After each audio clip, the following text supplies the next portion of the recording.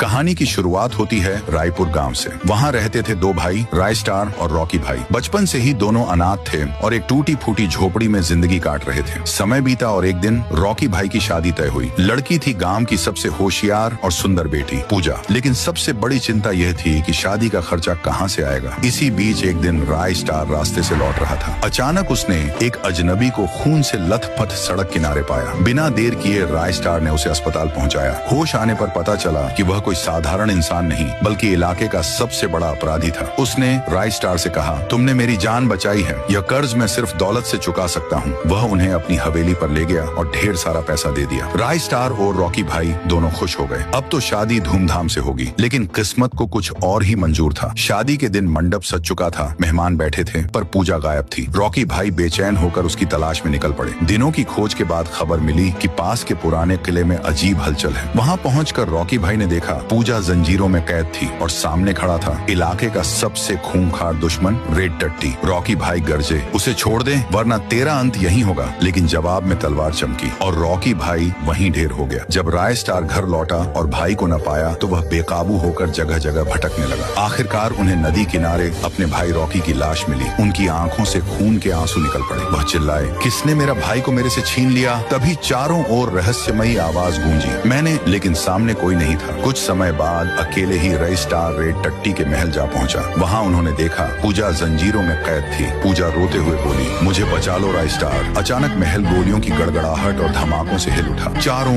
ओर धुआं, आग और चीखें भर गईं। जब धुआं साफ हुआ, जमीन पर पड़ा था रेड टट्टी का लहूलुहान शव और सामने खड़ा था राय स्टार।